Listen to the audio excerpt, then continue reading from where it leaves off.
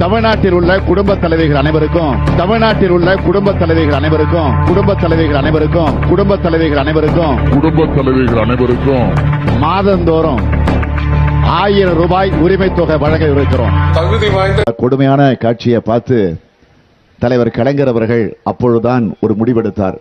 இனி தமிழ்நாட்டில் ஒரு சொட்டு மது கூட இருக்கக்கூடாது. எனவே மது விலக்க அமுல்படுத்துவேன் என்று அறிக்கையை எப்ப அந்த காட்சியை பார்த்தாரோ பார்த்து அடுத்த வினாடியே அறிக்கை விட்டார். திமுக பாலாஜியுடைய தம்பி இந்த கரூர் மாவட்டத்தை தன்னுடைய கட்டுப்பாட்டில் வச்சிருக்கிறாரு.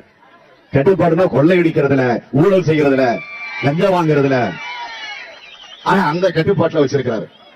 இதெல்லாம் கரூர் மாவட்டத்தில் இருக்கக்கூடிய இந்த குளித்தலை தொகுதியில் இருக்கக்கூடிய உங்களுக்கு எல்லாம் நன்றாக தெரியும். ஆள் கடத்தல், நில அபகரிப்பு புகார்கள் எல்லாம் இன்னைக்கு நீதிமன்றத்தில் இருக்கு. சேலம் சென்னை 8 வழிச்சாலை திட்டத்தை கைவிடுமாறு மத்திய நெடுஞ்சாலைத்துறை அமைச்சர் நிதின் கட்கரியிடம் திமுகவை சேர்ந்த 5 எம்பிக்கள் வலியுறுத்தியிருக்கிறார்கள். இது தொடர்பான கோரிக்கை மனு ஒன்றை நிதின் கட்கரியிடம் கள்ளக்குறிச்சி கௌதம சிகாமணி, தர்மபுரி செந்தில்குமார், சேலம் SR பார்த்திபன், காஞ்சிபுரம் G கணேசன் மற்றும் திருவண்ணாமலை CN அண்ணாதுரை ஆகிய 5 நேரில் வழங்கினர். மறுபடியும் நான் கேட்டே ஆகணும். என்ன பாலிடிக்ஸ்ல எதிர்பார்க்கலாமா உதய? அதுக்கான முயற்சி இது கிடையாது.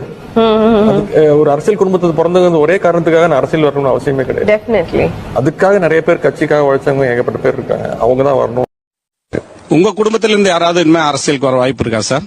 நிச்சயமாக என்னுடைய மகனாக இருந்தாலும் சரி, என்னுடைய மருமகனாக இருந்தாலும் சரி, அல்லது எங்கள் வீட்டில் இருக்கக்கூடிய யாராக இருந்தாலும் அரசியலுக்கு வருவதற்கான வாய்ப்புகள் இல்லை என்பதை நான் அழுத்தம் இல்ல, அது எனக்கு நான் ஏத்துக்க மாட்டேன். எனக்கு இன்னும் கொஞ்சம் இப்பதான் முதல் முறை சட்டமன்ற உறுப்பினர் ஆயிருக்கேன். அதனால எனக்கு வேணாம் தான் சொல்வேன். தலைவர் அந்த மாதிரி ஒன்னும் பையனுக்காக கொடுக்கணும் அப்படின்லாம் அந்த மாதிரி முடிவு எடுக்க மாட்டாங்க.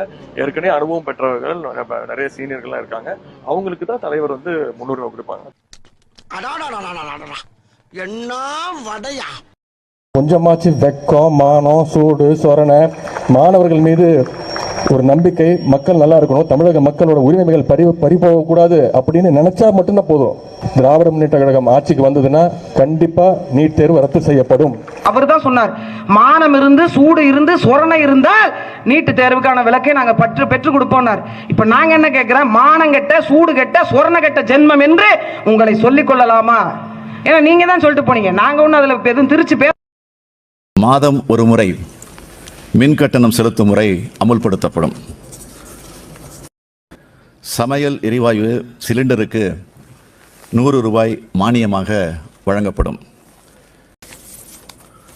அனைத்து தரப்பு மக்களின் நலத்தையும் கருத்திலே கொண்டு பெட்ரோல் விலை லிட்டருக்கு 5 ரூபாயும், டீசல் விலை லிட்டருக்கு 4 ரூபாயும் குறைக்கப்படும். அரசு பள்ளி, கல்லூரி மாணவர்களுக்கு இலவச டேட்டாவுடன் கை கணினி டேப்லெட் வழங்கப்படும்.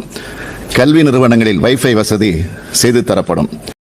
பொங்கலுக்காக 2500 ரூபாய் கொடுக்க போறோம் அறிவிச்சிருக்காங்க. நான் வரவேற்கிறேன், அப்போ வரவேற்றிருக்கேன், நான் வேண்டாம்னு சொல்லல. இந்த 5000க்கு இன்னும் எவ்வளவு மிச்சம் இருக்கு? 1500. ஆக அந்த 1500 சேர்த்து கொடுங்க அப்படின்னு தான் மீண்டும் மீண்டும் இந்த அரசாங்கத்தை பார்த்து நான் கேட்டு விரும்புகிறேன். நெல் குவிண்டால் ஒன்றுக்கு குறைந்தபட்ச ஆதார விலை ரூபாய் 2500 உயர்த்தி வழங்கப்படும். கரும்புக்கு ஆதார விலை டன் ஒன்றுக்கு ரூபாய் 4000 உயர்த்தி வழங்கப்படும். 2011 ஜனவரி 11 மு.க. ஸ்டாலின் தான் மீத்தேனுக்கு கையெழுத்து போட்டாரு. இந்த நாசகார திட்டத்துக்கு, கிரேட் ஈஸ்டர்ன் எனர்ஜி கார்பரேஷன் மீத்தேனுடைய மறுபடி வந்தா இந்த ஹைட்ரோ கார்பன்